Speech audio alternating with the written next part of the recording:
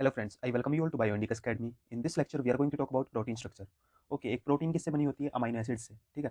तो amino acid का structural organisation होता है, ठीक है। तो स्ट्रक्चरल ऑर्गेनाइजेशन जो होता है वो चार टाइप से होता है। जैसे एक तो होता है प्राइमरी स्ट्रक्चर, एक सेकेंडरी स्ट्रक्चर, थर्ड होता है टर्शियरी स्ट्रक्चर, फोर्थ होता है क्वाटरनरी स्ट्रक्चर। जो प्राइमरी स्ट्रक्चर होता है, जैसे एक डीएनए है, डीएनए से क्या बना? आरएनए, और आरएनए से कोड होकर प्रोटीन बनता है।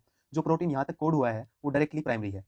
कि प्राइमरी क्यों है? उसमें जैसे अमाइनो एसिड एक है, दूसरी अमाइनो एसिड है, ये सारे के सारे एक दूसरे से ऐसे कनेक्टेड हैं, यानी आरएनए से डायरेक्टली प्रोटीन कोड हुआ है, उसको प्राइमरी स्ट्रक्चर कहेंगे। अब सेकेंडरी स्ट्रक्चर क्या होती है? अब इसी पॉलीपेप्टाइड चेन की अगर लोकलाइज्ड अरेंजमेंट हो जाए, जैसे ये अमाइनो एसिड है एक, ये दोनों अमाइनो एसिड है, ये तीसरी अमाइनो एसिड है, फोर्थ अमाइनो एसिड है, ये सारी की सारी अमाइनो एसिड आपस में इंटरेक्ट करके एक स्ट्रक्चर अटेन करती हैं, उसको सेकेंडरी स्ट्रक्चर कहते हैं। अब टर्शियरी स्ट्रक्चर क्या होती है? अब जैसे ये तो प्राइमरी इन्होंने एक स्ट्रक्चर अटेन कर लिया है, ठीक है, इसको सेकेंडरी स्ट्रक्चर कहेंगे, ठीक है। लोकलाइज्ड अरेंजमेंट जो हुआ है उसको सेकेंडरी स्ट्रक्चर कहेंगे। अब इसी पॉलीपेप्टाइड चेन का बिल्कुल ओवरऑल 3D शेप में एक शेप अटेन कर ले, उसको कहेंगे टर्शियरी स्ट्रक्चर, ठीक है। और टर्शियरी से फिर बनता है क्वाटरनरी। जैसे टर्शियरी एक प्रोटीन ऐसे बन गई है, टर्शियरी प्रोटीन है, इस पॉलीपेप्टाइड चेन से टर्शियरी बन गई है। अब एक सब यूनिट बन गई है, ठीक है, इसको एक सब यूनिट कहेंगे। अब इस टाइप की सब यूनिट एक से दो हो और दोनों आपस में इंटरेक्ट कर रही हो तो इसको क्वाटरनरी स्ट्रक्चर कहेंगे। यानी अगर ये वाली सब यूनिट किससे बनी है? ये पॉलीपेप्टाइड से बनी है ना। एक पॉलीपेप्टाइड था, इस टाइप का पॉलीपेप्टाइड था जिसमें अमाइनो एसिड्स थे, एक दूसरे से जुड़े हुए थे। बाद में उनकी सेकेंडरी स्ट्रक्चर बनी, सेकेंडरी के बाद और ज्यादा फोल्डिंग हुई, फिर टर्शियरी स्ट्रक्चर बन के टर्शियरी जो स्ट्रक्चर है उसको सब यूनिट भी कह सकते हैं। अब ऐसी सब यूनिट एक दो या दो से ज्यादा आपस में इंटरेक्ट करके जो प्रोटीन बनाती हैं उसको क्वाटरनरी स्ट्रक्चर कहते हैं, ठीक है। इस सब के बारे में समझ आ गया। अब इनको सेपरेटली एक एक को लेकर बात करते हैं। फर्स्ट ऑफ ऑल हम बात करेंगे प्राइमरी स्ट्रक्चर के बारे में। तो देखो डीएनए से क्या बनता है? आरएनए, आरएनए से बनता है प्रोटीन, यानी पॉलीपेप्टाइड। जब ये पॉलीपेप्टाइड बनता है, पॉलीपेप्टाइड कैसे बनता है? ऐसे होता है ना, अमाइनो एसिड, पहली अमाइनो एसिड है, ये सेकंड अमाइनो एसिड, ये आपस में पेप्टाइड बॉन्ड से जुड़े हुए होते हैं, फोर्थ। तो इस वाली जो ये स्ट्रक्चर बनती है इनिशियली, इसको प्राइमरी स्ट्रक्चर कहते हैं। अब हर एक पॉलीपेप्टाइड की एक स्पेशलिटी होती है, यूनिकनेस होती है, कि जैसे उसकी यूनिकनेस कैसे डिसाइड होगी? यूनिकनेस डिसाइड होती है सीक्वेंस में, जो अमाइनो एसिड्स हैं उनकी सीक्वेंस क्या है। जैसे यहाँ पे मान लो कि वैलिन है, ये एलानिन है, तो यहाँ पे मान लो फिनाइल एलानिन है, तो ये अमाइनो एसिड की सीक्वेंस डिसाइड करेगी आगे की जो प्रोटीन्स बनेंगी ना, कैसे डिसाइड करेगी? जैसे प्रोटीन कौन कौन से बनेंगे आगे, प्रोटीन की स्ट्रक्चर कौन कौन सी बनेंगी, जैसे टर्शियरी या सेकेंडरी स्ट्रक्चर बनेंगे ना आगे, इससे इसी की फोल्डिंग होके, इसी पॉलीपेप्टाइड की फोल्डिंग होके आगे सेकेंडरी और टर्शियरी स्ट्रक्चर बनेंगे। कैसे बनेंगे? ये जो अमाइनो एसिड्स एक दूसरे से पॉलीपेप्टाइड बॉन्ड से जुड़े हुए हैं, ये आपस में इंटरेक्ट करेंगे तो फोल्डिंग होगी। अब जैसे फॉर एग्जाम्पल ये ऐसे बन जाती है स्ट्रक्चर, यहाँ पे पहली अमाइनो एसिड थी, फोर्थ, ये दोनों आपस में इंटरेक्ट करती हैं तो ये फोल्डिंग होगी ना, ये स्टार्टिंग की फोल्डिंग हुई है, तो ये ऐसी स्ट्रक्चर को कहेंगे सेकेंडरी स्ट्रक्चर। अभी सेकेंडरी स्ट्रक्चर के बारे में डिस्कस कर लेते हैं। तो देखो भाई, जैसे प्राइमरी स्ट्रक्चर में क्या थी? अमाइनो एसिड से एक दूसरे से जुड़े हुए थे। जब ये वाली पॉलीपेप्टाइड चेन लोकलाइज अरेंजमेंट करती है आपस में, जैसे A4 वाला A1 के साथ इंटरेक्ट करके जैसे ऐसे बन गई है अभी, तो इस टाइप की स्ट्रक्चर को हम कहेंगे सेकेंडरी स्ट्रक्चर। जैसे A1 और A4 के बीच में इंटरेक्शन हुआ तो ये इस टाइप की स्ट्रक्चर बन गई, तो इस टाइप की स्ट्रक्चर को हम सेकेंडरी स्ट्रक्चर कहेंगे, ठीक है। अब ये जो इंटरेक्शन हुआ है अमाइनो एसिड 1 और 4 के बीच में, इस टाइप के इंटरेक्शन को एच बॉन्डिंग कहते हैं। ये स्ट्रक्चर बना के बिल्कुल अच्छे से समझा दूंगा, आगे इसके बारे में बात करेंगे। अब जैसे ये इंटरेक्शन हुआ, अब जो टोर्सन एंगल्स होते हैं जिसके बारे में हमने पिछले लेक्चर में रामचंद्रन प्लॉट वाले लेक्चर में बात करी थी ना, कि फाई और साई एंगल्स होते हैं, उनके ऊपर डिपेंड करता है कि सेकेंडरी स्ट्रक्चर कैसे बनेगी, है ना। अब कम से कम 8 टाइप की स्ट्रक्चर्स बनती हैं, उन 8 टाइप की सेकेंडरी स्ट्रक्चर्स के बारे में हम बात करेंगे अभी। इनके बारे में एक लिस्ट बना के रामाचंद्रन प्लॉट वाले लेक्चर में हमने एक बार थोड़ा बहुत डिस्कस किया था ना, उसी को हम बिल्कुल इलेबोरेट तरीके से भी बात करेंगे। तो फर्स्ट है राइट हैंडेड अल्फा हेलिक्स।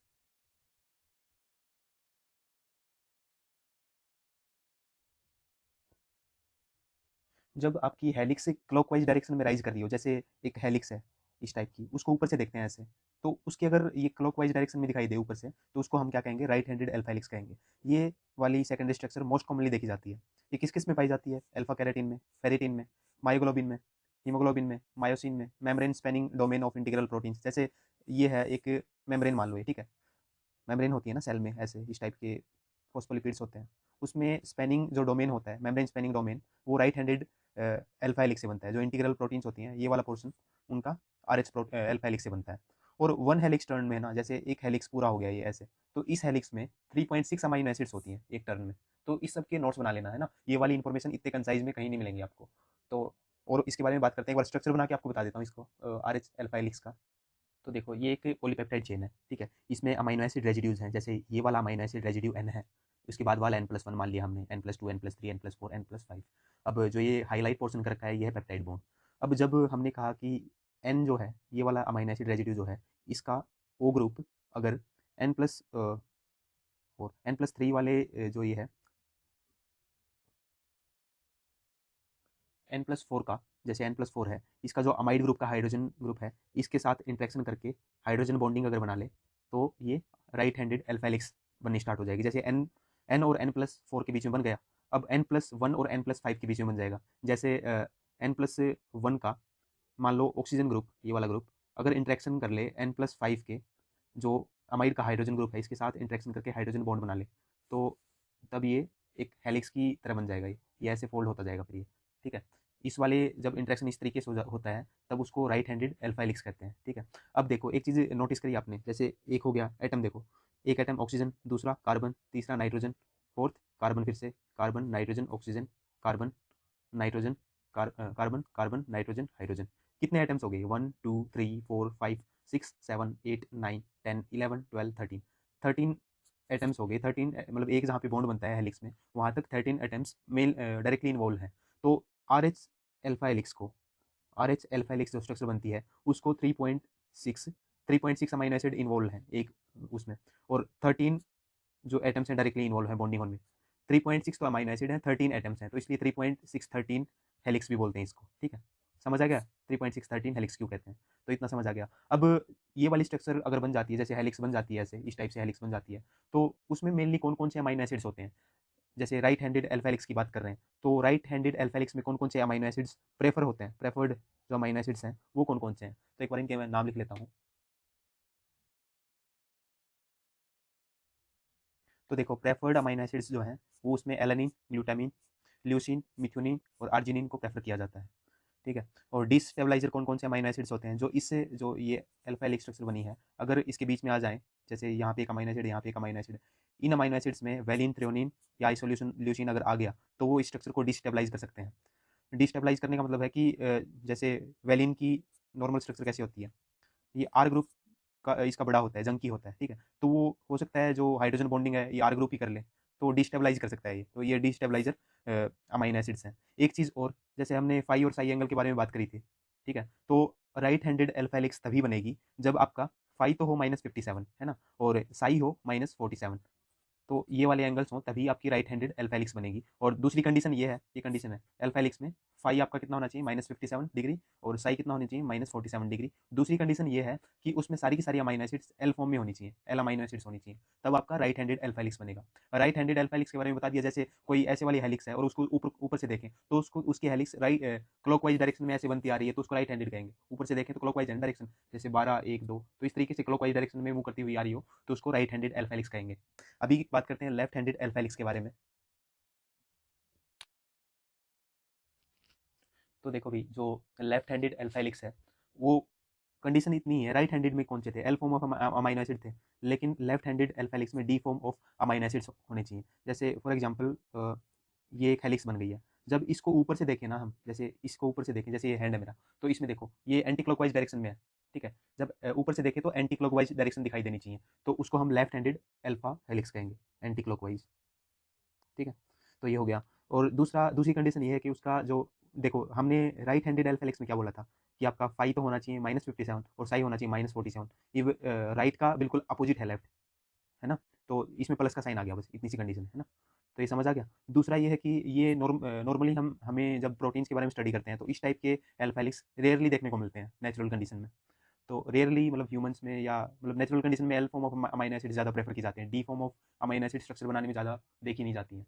तो ये हो गया लेफ्ट हैंडेड एल्फा हेलिक्स के बारे में। अब थर्ड स्ट्रक्चर के बारे में बात करते हैं। ये सेकंड स्ट्रक्चर्स के बारे में ही बात करें अब तक हम। अभी थर्ड स्ट्रक्चर है पैरेलल बीटा शीट। अच्छा एक चीज़ बताना भूल गया, लेफ्ट और राइट हैंडेड एल्फा हेलिक्स में ना हमने क्या कहा कि एन अमाइनो एसिड n+4 के साथ इंटरेक्ट करता है। अगर मैंने बोल दिया कि आपके पास 100 अमाइनो एसिड्स हैं, ठीक है, तो 100 अमाइनो एसिड की लेफ्ट हैंडेड एल्फा हेलिक्स या राइट हैंडेड एल्फा हेलिक्स बन जाती है, तो मुझे बताओ कि कितने हाइड्रोजन बॉन्ड्स बने हैं। ये होता है ना कि n और n+4 के बीच में बॉन्ड बना है हाइड्रोजन बॉन्ड, इस तरीके से जैसे n+1 और n+5 के बीच में बॉन्ड बनेगा, तो इसी तरीके से अगर 100 अमीनो एसिड्स हैं तो कितने हाइड्रोजन बॉन्ड बनेंगे, ये वाले बॉन्ड्स कितने बनेंगे। तो इसका एक सिंपल सा फॉर्मूला है, जो जितने अमीनो एसिड्स दिए हुए हैं ना उसमें से -4 कर दो। जैसे 1000 दिए हुए हैं, 1000 में से 4 माइनस कर दो, तो इतने इतने आपके हाइड्रोजन बॉन्ड्स आ जाएंगे। 96 हाइड्रोजन बॉन्ड्स आ गए, 996 इसमें आ गए, है ना। तो इतने हाइड्रोजन बॉन्ड्स आ जाएंगे अगर कोई आपको लेफ्ट या राइट हैंडेड एल्फा हेलिक्स के बारे में पूछे तो। अब हम बात कर रहे हैं पैरेलल बीटा शीट की। पैरेलल बीटा बीटा शीट बनने के लिए कंडीशन क्या क्या है।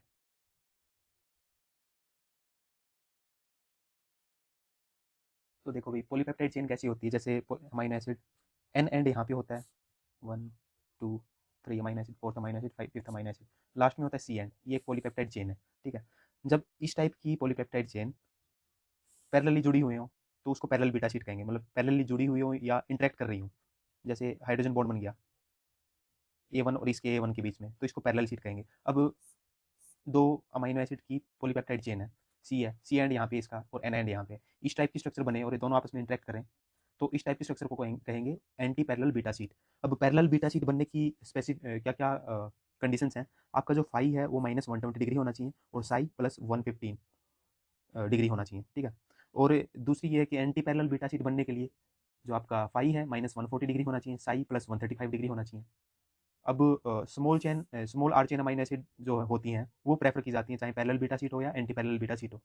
जो स्मॉल आर चेन वाली अमीनो एसिड्स हैं वो कौन कौन सी हैं, जैसे ग्लाइसिन हो गया, एलेनिन हो गया, सीरीन हो गया, वेलिन हो गया, इस टाइप की जो अमीनो एसिड्स हैं जिसमें आर ग्रुप छोटा होता है, तो वो वाली अमीनो एसिड्स प्रेफर की जाती हैं पैरेलल और एंटी पैरेलल में। डिस्टेंस दो अमीनो एसिड्स के बीच में कितनी होती है, 3.5 एंगस्ट्रॉम। ओके।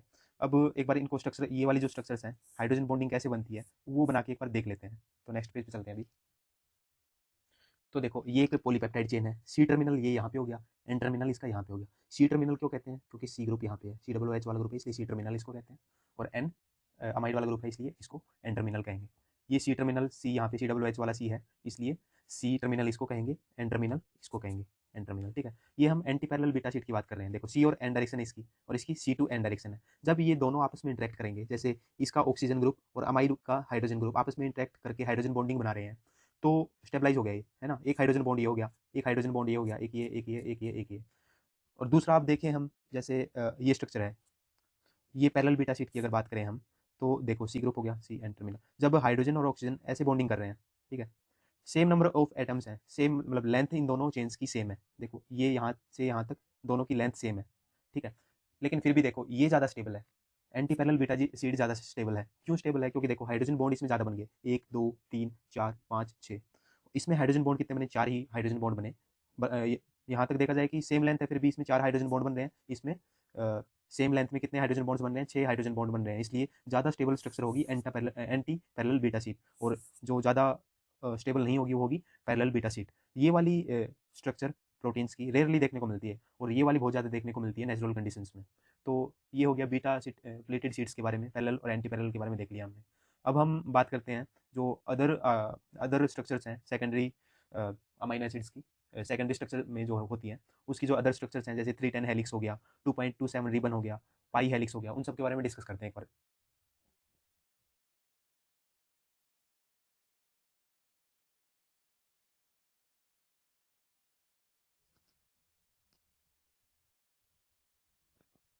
तो देखो, अब तक हमने सेकेंडरी स्ट्रक्चर में 4 स्ट्रक्चर्स की बात करी। एक तो राइट हैंडेड अल्फा हेलिक्स के बारे में देखा था, फिर लेफ्ट हैंडेड अल्फा हेलिक्स के बारे में देखा, फिर पैरेलल बीटा शीट के बारे में देखा, फोर्थ हमने एंटी पैरेलल बीटा शीट के बारे में देखा। अब फिफ्थ देख रहे हैं, अभी सेकेंडरी स्ट्रक्चर ही चल रहा है, ठीक है। 310 हेलिक्स, 3 का मतलब है कि 3 अमीनो एसिड्स हैं और 10 मेन एटम्स आ रहे हैं।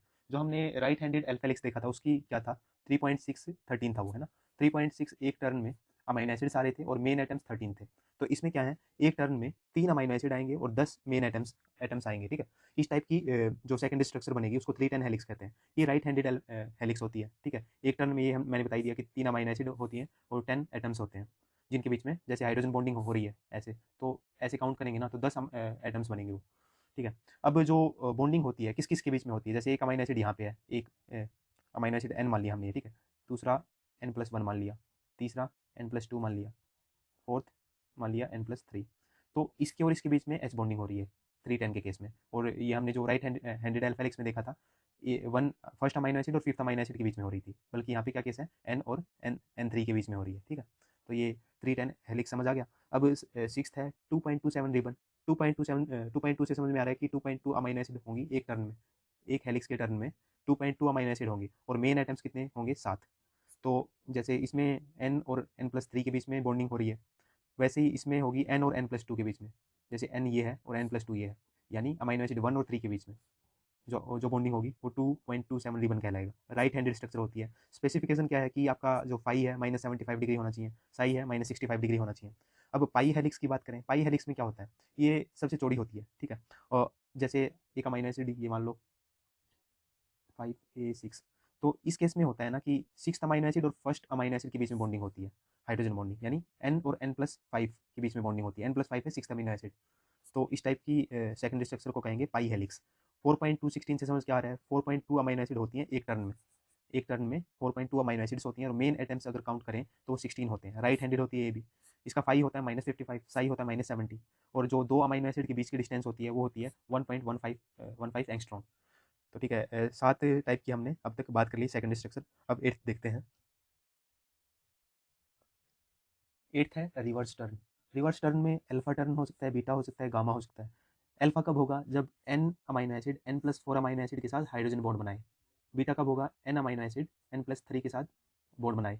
और गामा टर्न कब होगा, n अमीनो एसिड n+2 के साथ बॉन्ड बनाए। जैसे n अमीनो एसिड है, फिर n+1 है, फिर n+2 है, और तो गामा टर्न कब बनेगा, n और n+2 के बीच में जब बॉन्ड बने तब गामा टर्न बनेगा। ऐसे ही बीटा टर्न कब बनेगा,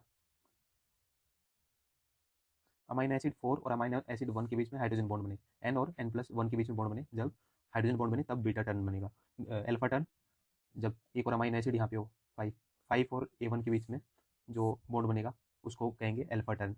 अच्छा, एक चीज़ खासियत देखो इसमें, जैसे फॉर एग्जांपल अपने पास है, हम अल्फा टर्न की बात कर रहे हैं, तो फर्स्ट अमीनो एसिड है n मान लिया भाई, सेकंड अमीनो एसिड, एक अमीनो एसिड है ना, इन सारे के सारे टर्न में एक अमीनो एसिड प्रोलिन होना जरूरी है। प्रोलिन बीटा टर्न करवाती है। और उससे अगली जो अमीनो एसिड्स होंगी वो छोटी आर चेन होनी चाहिए उनमें। छोटी आर चेन किसमें होती है, ग्लाइसिन में। जो छोटी आर चेन वाले होते हैं वो अमीनो एसिड स्टार्टिंग वाले, जैसे ग्लाइसिन होती है, एलानिन होती है, तो इस टाइप के अमीनो एसिड्स होने चाहिए। यहाँ भी छोटी आर चेन वाला अमीनो एसिड हो। तो हमने क्या कहा, अल्फा टर्न कब बनेगा, n और n+4 के बीच में जब बॉन्डिंग बनेगी तब। और वैसे ही बीटा टर्न कब बनेगा, n+3 के बीच में बॉन्डिंग। और अल्फा टर्न कब बनेगा, n और n+2 के बीच में बॉन्डिंग। तो प्रोलिन होना इसमें ज़रूरी है। तो इस तरीके का कुछ टर्न बनता है ये, जैसे अमीनो एसिड 1 होगी, अमीनो एसिड जो जैसे इसमें इस केस में अमीनो एसिड 5 है, तो इस टाइप का ये टर्न बनेगा। अब नेक्स्ट है रैंडम कोयल। रैंडम कोयल में ये है कि कोई रेगुलर स्ट्रक्चर नहीं होती। जैसे एन एंड है अमीनो एसिड पॉलीपेप्टाइड चेन का, तो एक जगह तो मान लिया कि भाई कोयल बन रही है, एक जगह कुछ नहीं बन रहा, आगे फिर से कोयलिंग बननी स्टार्ट हो जाती है, राइट हैंडेड कोयल बन रही है एक जगह, फिर आगे लेफ्ट हैंडेड, राइट हैंडेड, ऐसे ही इस टाइप की स्ट्रक्चर बनती है, उसको रैंडम कोयल कहते हैं। कोलाजिन हेलिक्स किसे कहते हैं, कोलाजिन हेलिक्स होती है जब लेफ्ट हैंडेड हो और साई और फाई, उसका साई होना चाहिए कितना, -50 ना, फाई होना चाहिए -50 और साई +150। इंटरचेन एच बॉन्डिंग होती है, इंट्राचेन एबसेंट होती है यूजुअली। इंटरचेन एच बॉन्डिंग होती है इसमें, इंट्राचेन एब्सेंट होती है।